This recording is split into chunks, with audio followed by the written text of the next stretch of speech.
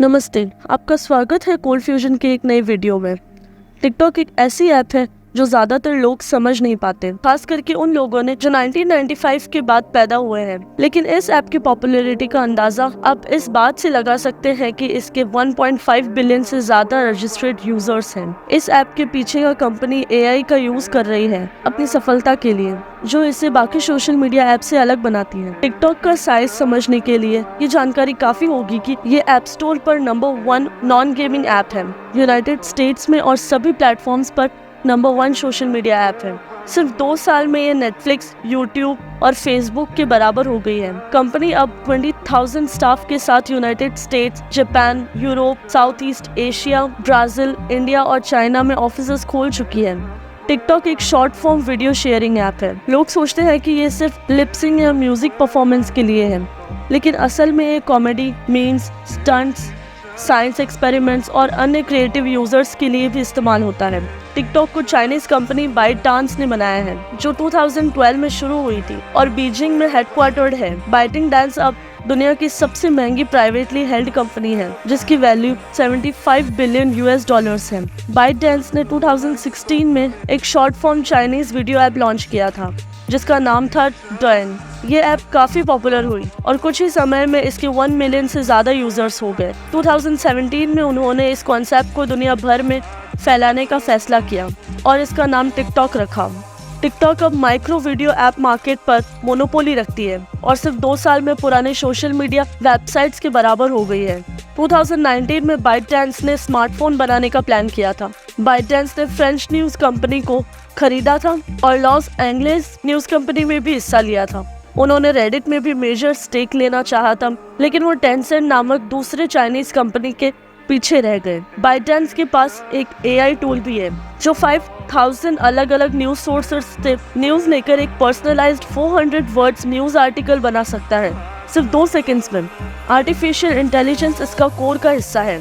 TikTok एक powerful AI tool का इस्तेमाल करता है, जो कि किसी भी दूसरे सोशल मीडिया नेटवर्क से ज्यादा एडवांस्ड है। इस ऐप का AI आपका पूरा फीड कंट्रोल करता है। जितना ज़्यादा आप इसका यूज़ करते हैं, उतना ही ये आपके पसंद को समझता है। आप लोगों को फॉलो कर सकते हैं, लेकिन वो सब कुछ नहीं होता।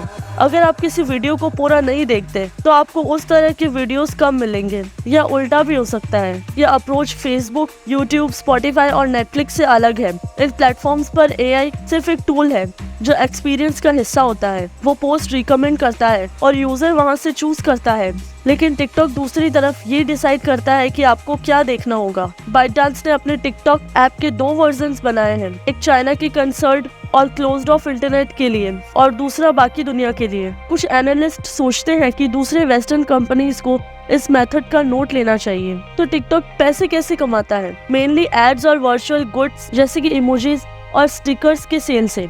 इन्फ्लुएंसर्स से फैंस तक वर्चुअल गुड्स का exchange in app purchases of और डिजिटल करेंसी के थ्रू होता है। चाइना और इंडिया के गरीब और रूरल एरियाज इस ऐप से बढ़ गए हैं, जहां होमग्रोन कंटेंट हर जगह उपलब्ध हो रहा है। हाँ जी, बिल्कुल। टिकटॉक एक पावरफुल AI टूल का इस्तेमाल करता है, जो कि किसी भी दूसरे सोशल मीडिया नेटवर्क से ज्यादा एडवांस है।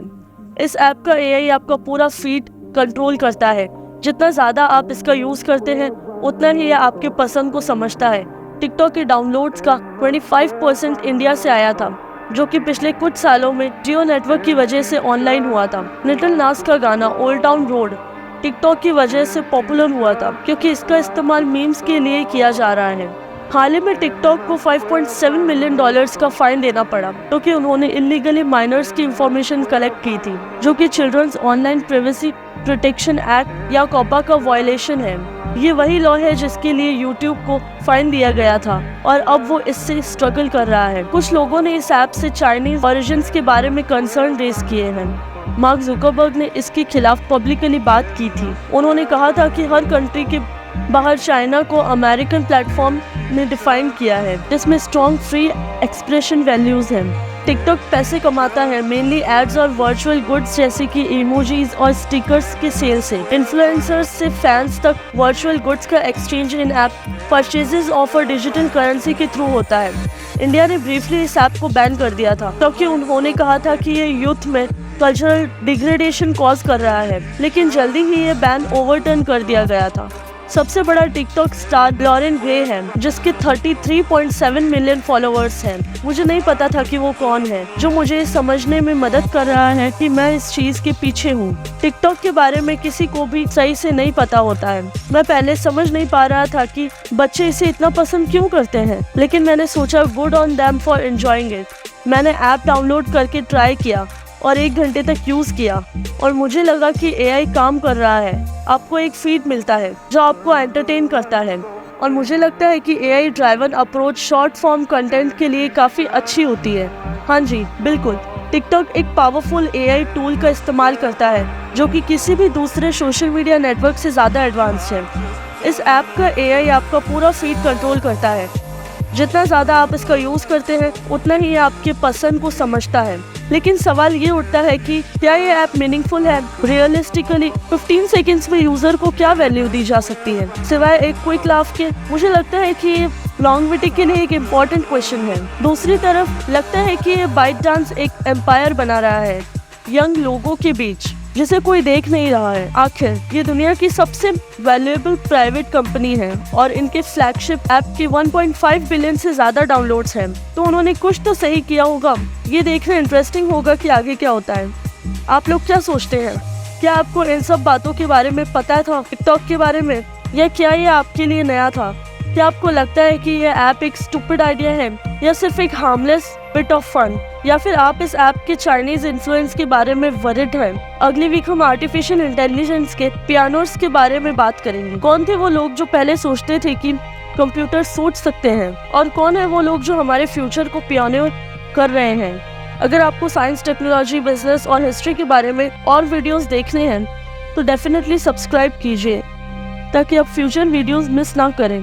पॉडकास्ट चेकआउट करना ना भूलें और मुझे इंस्टाग्राम और ट्विटर पर फॉलो करें। ऑलराइट, ये रहा आपका दोस्त डुगोगो और आप देख रहे हैं cold fusion. Thanks for watching और मैं अगले एपिसोड के लिए आपसे फिर मिलूंगा। Cheers guys, have a good one.